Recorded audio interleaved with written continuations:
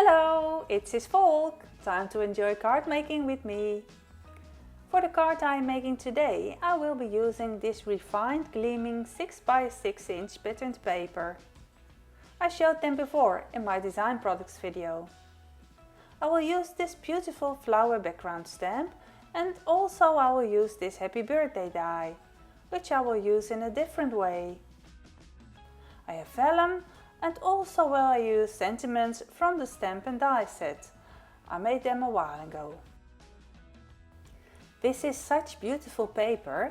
It is like alcohol colored paper and I don't know which one I'm going to choose. But I'm looking now for one that has both green and pink in it. Such as this one maybe. It is most fun if it's a sheet of paper with two different colors on it. I could probably use this one or this one. Both are good for the technique I am working on today. I will show you the name. It's the refined gleaming 6x6 patterned paper.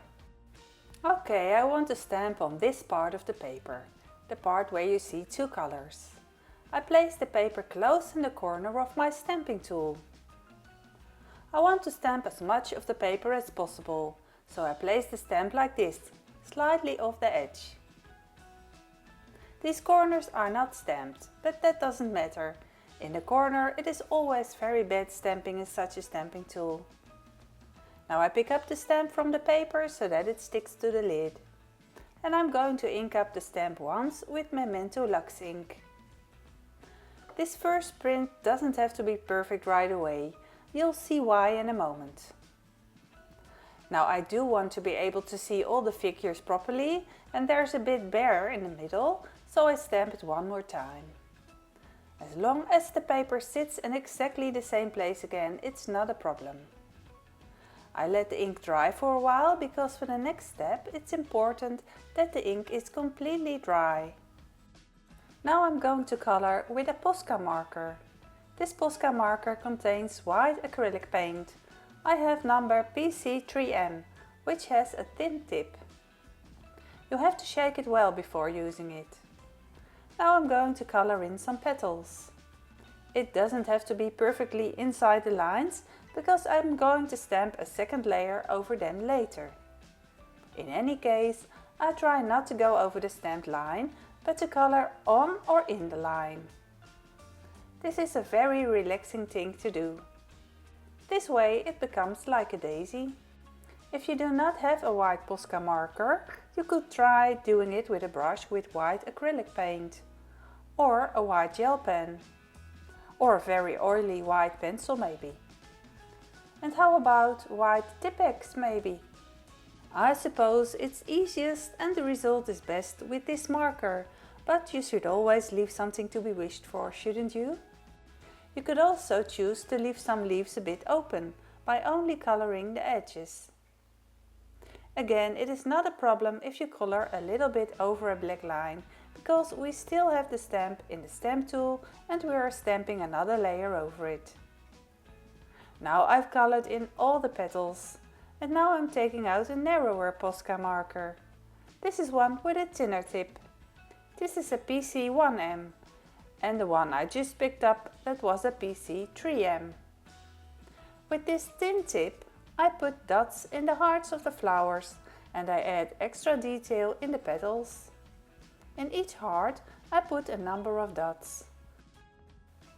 And in each petal I put 2 or 3 thin lines starting from the center of the flower to 2/3 of the petal.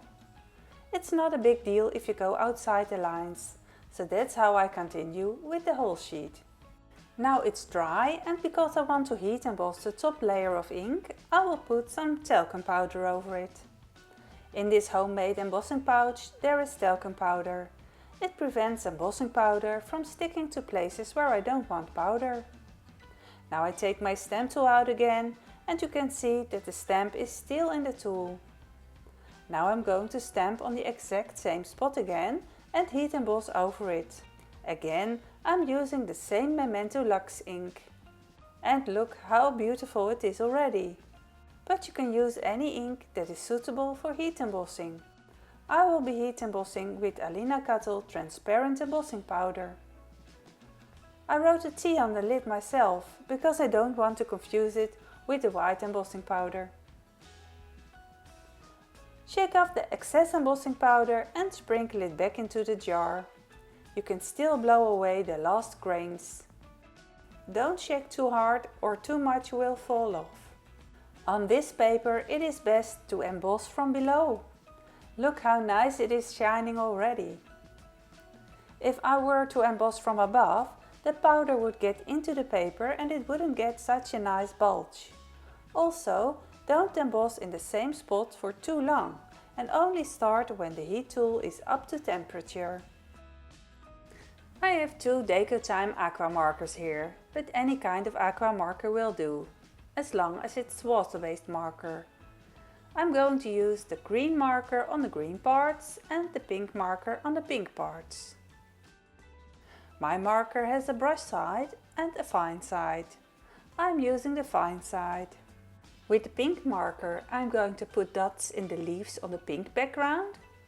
You can't see much of it yet, but you will soon see why I do this. And this was color number 3, for those who want to know. Now I'll move on to number 60, which is teal. I'm going to take the fine point again. And now I'm going to put dots in all the leaves on the green backgrounds. I chose a green and a pink marker that are close in color to the colors of the paper. So if you use another color of pattern paper, pick out an aqua marker in the same color shade as the paper for the best result. The next thing I'm going to do might surprise you, but you should see how unexpected the effect is. I'm now taking a water brush to it.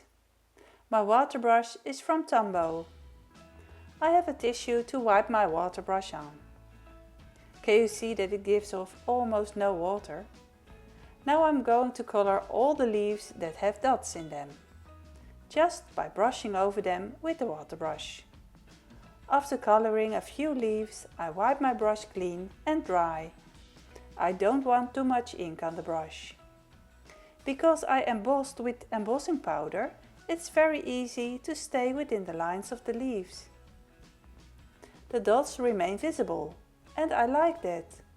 It gives an extra touch to the whole thing.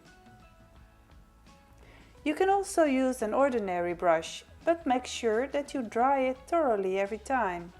The paper can't handle too much wetness. Of course, it is not watercolor paper, so I can't use too much water, but I can make it a little wet. That's why the dots stay put. You could also make dashes instead of little dots. Now you can clearly see that the dots on the pink paper are pink and the dots on the green part are green. I've here a normal card base of an A4 sheet cut in half and I folded it in half. I have already stamped and written my name on the back. And now I want to have this panel on my card. My preference is this side so that the green part will also be on the card. I first take off the unstamped edge. And now I mark off how much to cut off. It's 9.5 centimeters by 13.8 centimeters for if you want to measure it exactly. That's 1 centimeter smaller than the card. I always find it helpful to make a mark with a pencil, so I don't accidentally cut wrong.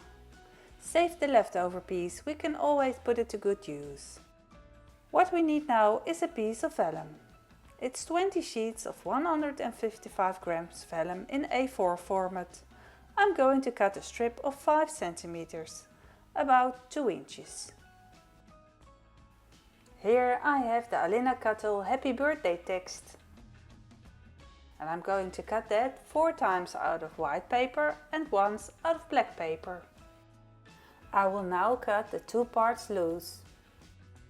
I cut very carefully, following the round shape of the letter. This I also cut off. I save this for later. For now I'm only going to use the word happy. I place the text back in the form where I had die cut it. And now I'm going to paint it with glossy watercolor. This is the Speciality Color set by Rembrandt. Very nice glossy watercolor that gives a beautiful effect, especially on black paper. I'm now coloring the entire text. It's cool when it's shiny and dry. Now I can imagine that you do not have such paint.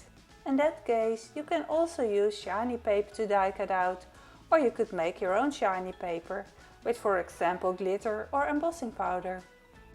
I'm going to show both variations, which is why I have 2 strips of vellum lying in front of me.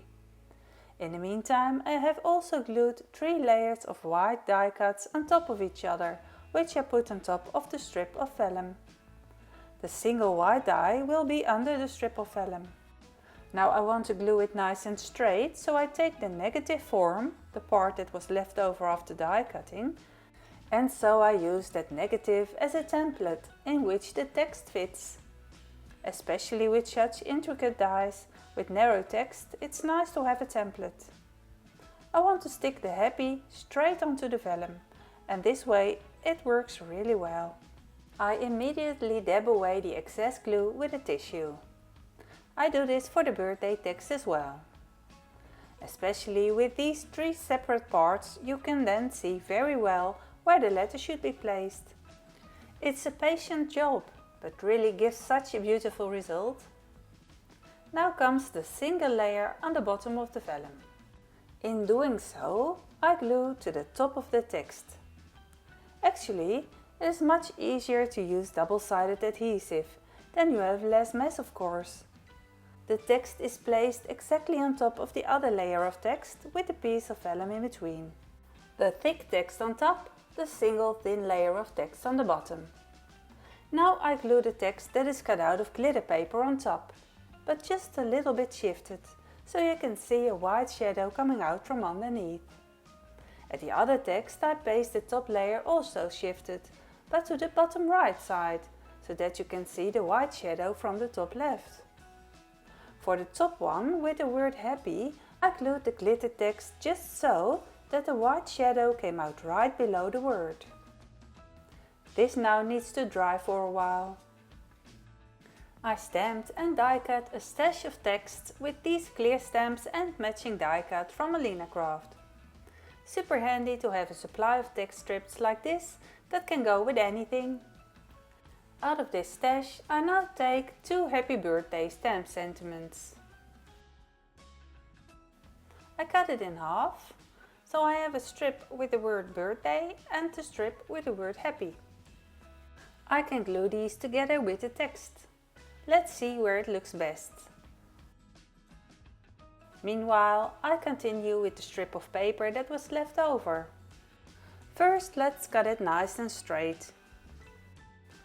The panel will then be placed on the outside of the card. On the inside, I want to glue the remaining piece. I think it's quite a wide piece and I would also like it to have something left over to stick on the envelope, so I cut it in half lengthwise. I cut it into 2 strips, one of which is 1 inch wide, so 2.5 centimeters. On the envelope I stick this widest piece. I mark off the size so I can trim it. And I do this by feel. I check that the edges are the same width on all sides. I stuck double-sided tape to the strip and only pulled off 2 little pieces. Now I align the strip. The part where the protective strip is still on touches the envelope, and that's where I can slide it. Once it's straight, I press the tape down and pull the strip loose. This is the easiest way to stick straight in one go. The other piece fits right on the inside of the card. It can be glued on either side. I chose the right side. This is the envelope and the inside of the card, but I have not yet glued the panel on. First I have to attach the vellum. We have die cut the happy out of glitter paper. That one could go on top. For now I choose the other one. It still needs to dry a little bit. I'm going to put glue on it in a moment, but first I'm going to measure where I want it. Then I can take a little piece off. Then I have my creasing board and I am going to carefully crease a fold in the vellum. very lightly, because you don't want to see a white line. When folding vellum around thick cardstock, this fold is not necessary, but the pattern paper is quite thin, so this fold line is very nice to fold nice and clean. Now it fits nicely around it.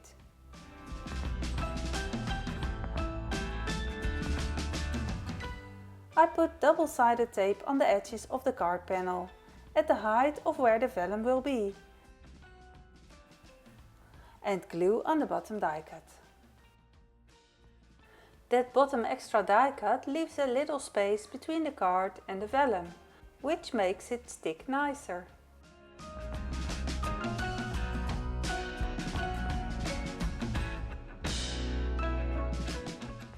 Now we need to glue the panel to the card base. I taped several strips of foam tape to a piece of protective film. I buy these rolls of foam tape at a local store.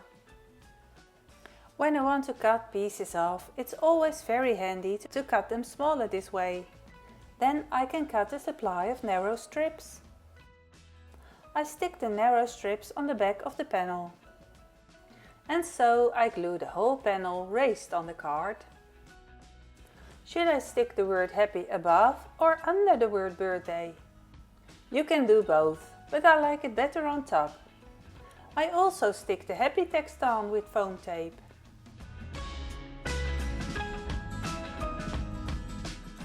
Actually, I need to let it dry under something heavy. The vellum tends to get bulgy from the wet glue. But then it's ready. This is how it turned out. I had also made this one. I used the other part of the text die cut. And I made it like this. I glued the word birthday underneath it. I have left the glitter word happy with the strip of vellum, which can be used on another card. Someday I will finish that, maybe on a darker background. If you are interested in any of the products I used for making these cards, you can find all the links for them in the description below this video. Just click on the word more to expand the text and you will find them. Also in the description box you will find links to other videos with much more inspiration for card making. I will link to other videos I made using pattern paper or background stamps. You might be interested in them. If you are watching this video through AlinaCraft's channel, please also subscribe to my own channel, Sis Volk. Thank you so much for watching this video till the end. I hope you learned new things and are inspired to combine your pattern paper with a background stamp and some coloring. Have a nice day and I will see you next time. Bye bye!